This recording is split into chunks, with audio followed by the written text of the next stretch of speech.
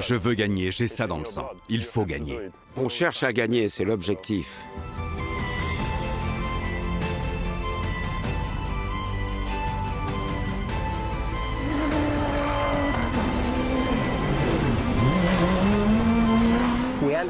Les ingénieurs nous donnent le meilleur d'eux-mêmes. Ils nous donnent les moyens de grandir. Ils ont des tas de données, ils analysent tout. Et si on passe du temps avec eux, on voit nos capacités de pilotage s'améliorer énormément. Donc je passe beaucoup de temps à discuter avec eux. Un peu trop pour eux, je crois.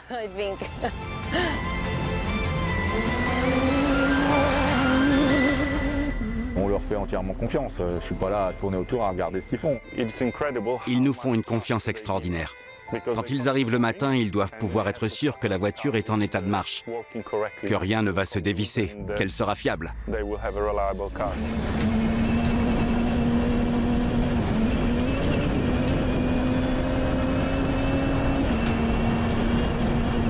Le plus important en rallye raid, c'est d'éviter les problèmes.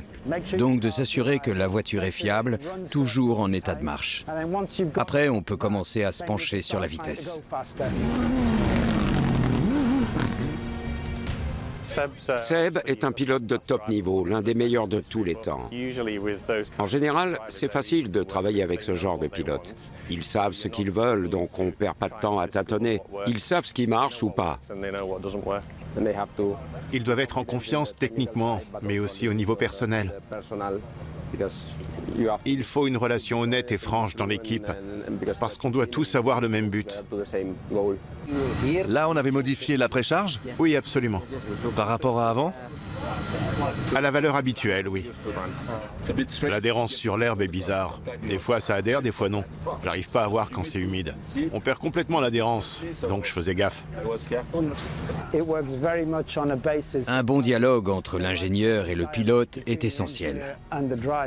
Il faut bien comprendre ce que le pilote essaie d'expliquer. Tout n'est pas toujours facile à expliquer. Ce que la voiture a fait en passant tel type de bosse, comment elle s'est comportée. C'est pour ça qu'il faut des ingénieurs vraiment expérimentés. Avec non seulement un arrière-plan technique solide, mais aussi la capacité de retranscrire ce que dit le pilote en termes techniques. Il fait le lien entre le pilote et les mécaniciens pour que les changements demandés par le pilote soient mis en place dès le lendemain par les mécanos.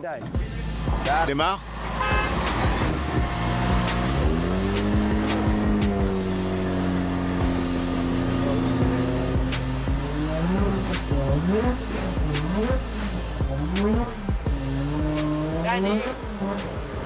Danny, Thomas fait que jouer. Il aime bien faire vroom vroom comme toi. J'ai senti le volant se raidir très fort. Quand on bloque le train arrière, la pression a l'air de se transférer à l'avant, et je le sens dans le volant. Bernardo est mon ingénieur. Il est très jeune et très talentueux.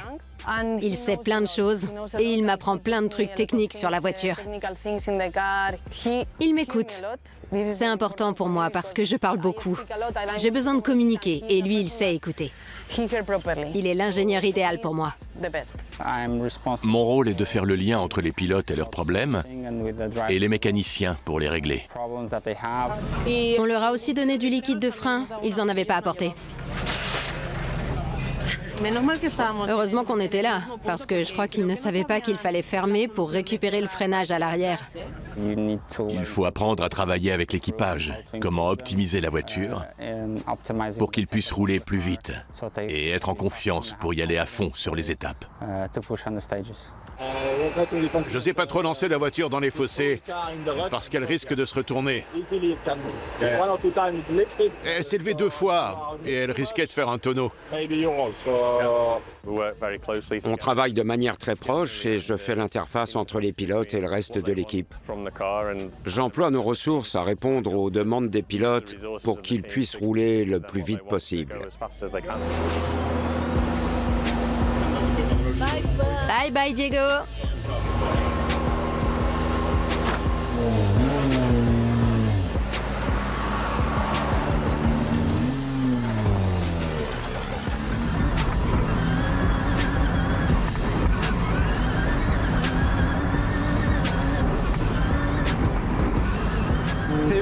déterminent les réglages de base de la voiture, enfin ceux qui imaginent les réglages de base.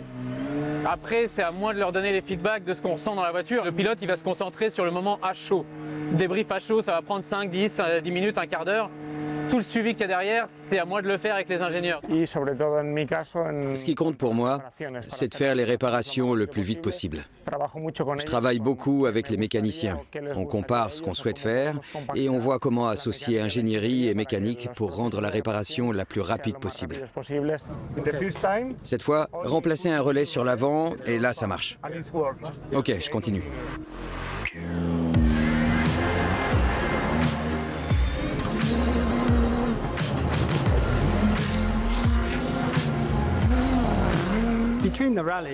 Entre les rallyes, on a un peu de temps pour se pencher sur d'autres sujets que les rallyes eux-mêmes.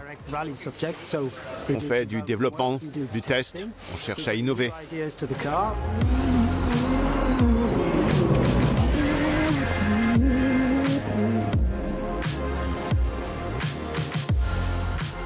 On va aller en Afrique du Sud pour la première fois cette année.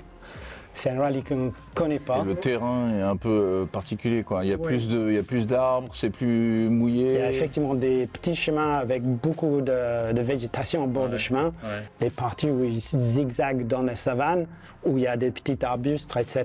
Ouais, donc ils ramassent tout ce qui, voilà, c'est tout ce qui croise, quoi. Alors on t'a fait une proposition pour implanter le snorkel. On va essayer de le faire le long du pied 1, évidemment, aussi pour faire en sorte qu'il soit le moins visible possible. Et après, il y a l'implantation du tube. Tu peux mettre l'implantation du tube de protection, là, qui est la deuxième demande. C'est les barres qui protègent le pare-brise contre les branches qui tapent sur le pare-brise. Mais normalement, avec notre pare-brise en polycarbonate, on ne devrait pas craindre trop de problèmes des impacts. Bon, bah ça marche. Bah, on te donne toutes les nums là et... Ouais, et puis on verra comment ça se comporte sur le rallye.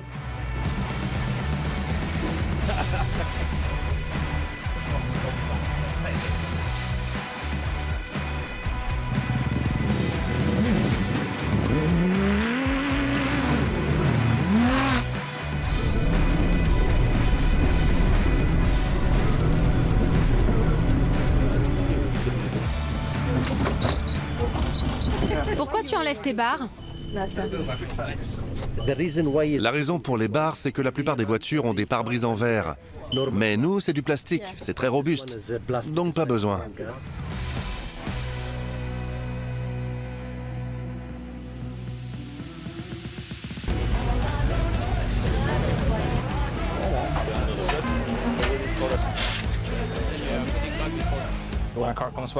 Quand une voiture sort d'un test ou d'un rallye, on check tous les capteurs, les mécanismes, le moteur et on s'assure que tout va bien. Il y a entre 120 et 130 capteurs. Leurs données servent à optimiser la voiture. Tu crois que la différence de vitesse vient de là? Clairement. Et c'est que ça? Non, regarde là. C'est la seule raison? Là, on soulève et c'est comme ça qu'on est sûr.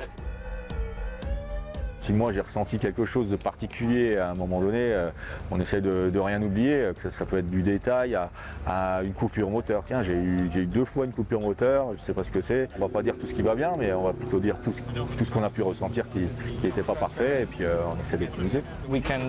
On voit ce que font les pilotes et on transmet leur feedback. Par exemple, s'ils nous disent que les freins se comportent de telle manière, on cherche ce qui correspond dans les stats et on essaie d'ajuster la métrique concernée.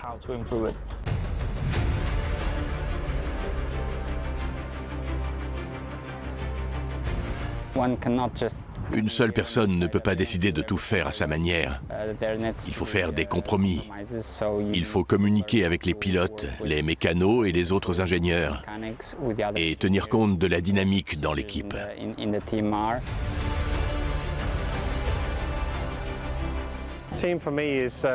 Une équipe doit avant tout être équilibrée. Il faut des gens avec des points forts dans un domaine et d'autres dans d'autres domaines. Ça se voit quand c'est le cas. L'équipe est soudée, capable de collaborer, avec des relations professionnelles solides qui peuvent se transformer en amitié à l'extérieur. Un de nos ingénieurs-chefs vient d'avoir 48 ans. Non, 45, merci. Bon, on veut...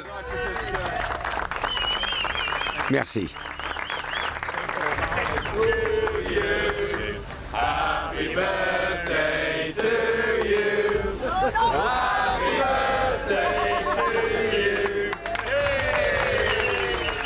Je ne peux pas être avec ma famille aujourd'hui, mais j'ai ma deuxième famille avec qui je passe encore plus de temps.